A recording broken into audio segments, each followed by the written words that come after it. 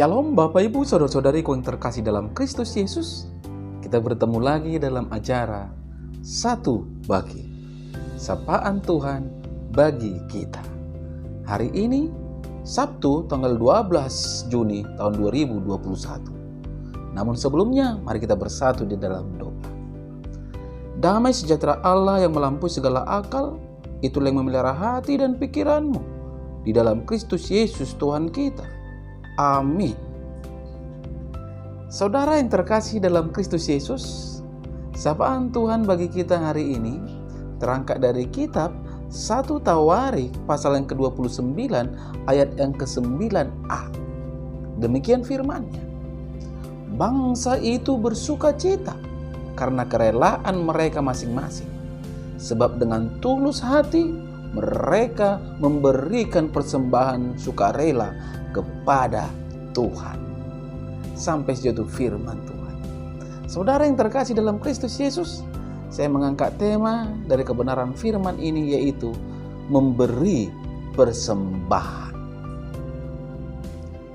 Saudara yang terkasih dalam Kristus Yesus, berbicara memberi sering sekali menjadi ganjalan bagi banyak orang Kristen. Ketika harus memberi persembahan untuk mendukung pelayanan, memberi untuk sesama yang membutuhkan, seringkali kita lakukan dengan hati yang berat. Atau mungkin ada motivasi yang terselubung, saudara-saudara. Yang sangat mengherankan lagi, mengapa ada banyak orang ketika memberi persembahan kepada Tuhan, persembahan itu harus terlebih dahulu diremuk-remuk, saudara-saudara, dilumat. Padahal yang akan diberikan itu adalah untuk Tuhan, pemberi berkat. Saudara yang terkasih, terkadang pula kita tergesa-gesa memikirkan kapan Tuhan segera membalas pemberian kita itu. Inilah yang menjadi pergumulan di tengah kehidupan kekristenan. Saudara yang terkasih, memberi haruslah menjadi bagian hidup orang percaya. Hal memberi tidaklah selalu berhubungan dengan berapa besar nilai atau jumlahnya, tetapi selalu berhubungan dengan seberapa tulus hati kita terlibat di dalam pemberian itu. Dan kunci persembahan yang berkenan kepada Tuhan adalah ketika kita memberi persembahan dengan rela hati, tulus, ikhlas. Oleh sebabnya saudara-saudara, dikatakan dalam 2 Korintus pasal yang ke-9 ayat yang ke-7, hendaklah masing-masing memberikan menurut kerelaan hatinya, jangan dengan sedih hati atau dikarenakan paksaan, sebab Allah mengasihi orang yang memberi dengan sukacita. Jadi saudara-saudara, jangan sampai kita memberikan dengan terpaksa atau karena dipaksa oleh pihak lain. Jika tidak, maka persembahan kita tidak akan berarti apa-apa di hadapan Tuhan dan tidak mendatangkan berkat bagi kita. Saudara yang terkasih, selain itu juga persembahan yang berkenan kepada Tuhan adalah jika kita memberi berdasarkan apa yang kita punyai. Ketika membawa persembahan, orang-orang Israel tidak memberikan persembahan dalam jumlah yang sama, tetapi sesuai dengan kemampuan mereka, saudara-saudara. Mereka memberi dengan sukacita apa yang mereka bisa beri, dengan tulus hati, tidak ada paksaan. Seringkali kita menunggu sampai mempunyai uang atau harta lebih, baru mau memberikan persembahan, rencana, wacana. Tetapi begitu memiliki uang lebih, kita pun saudara-saudara berubah sikap dan berpikir ulang 1000 kali untuk memberi. Bahkan kita berani mencuri milik Tuhan. Saudara yang terkasih, Tuhan tidak melihat besar kecilnya persembahan, namun motivasi dan ketulusan hati kita. Jangan pernah hitung-hitungan dengan Tuhan, saudara-saudara. Apalagi menahan berkat yang seharusnya kita salurkan kepada yang berhak menerimanya. Dalam Lukas 12 ayat 48b dikatakan, setiap orang yang kepadanya banyak diberi, daripadanya akan banyak dituntut. Dan kepada siapa yang banyak dipercayakan, daripadanya akan lebih banyak lagi dituntut. Ini harus kita pahami selaku orang Kristen, saudara-saudara.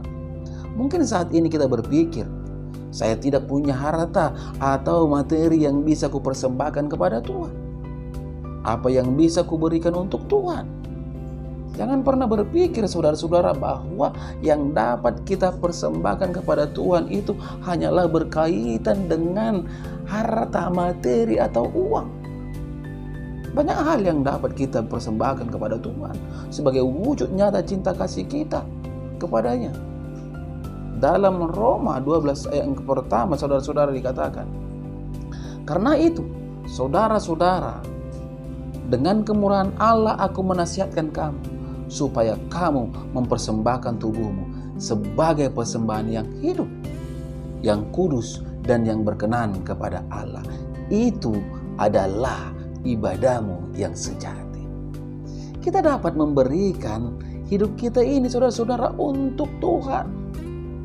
Waktu, tenaga, dan juga talenta yang kita miliki dapat kita persembahkan dengan sikap dan perbuatan kita yang baik kepada Tuhan di setiap hari-hari yang Tuhan berikan. Tuhan mau, saudara-saudara, apapun yang kita persembahkan, baik itu untuk pekerjaan Tuhan atau menolong orang lain, kita memberikannya dengan hati yang tulus, murni, bukan paksaan. Hal itu, yakinlah, pasti akan mendatangkan sukacita dalam hidup kita. Amin. Kita bersatu dalam doa. Bapa di dalam surga, segala puji dan syukur patut hamba panjatkan kehadirat-Mu, di mana oleh kemurahan-Mu ya Tuhan, hamba bisa ada sebagaimana ada pada saat ini. Terlebih lagi kebenaran firman-Mu bisa berkumandang melalui media YouTube di pagi hari ini. Itu semua hanya dikarenakan kebaikan Tuhan.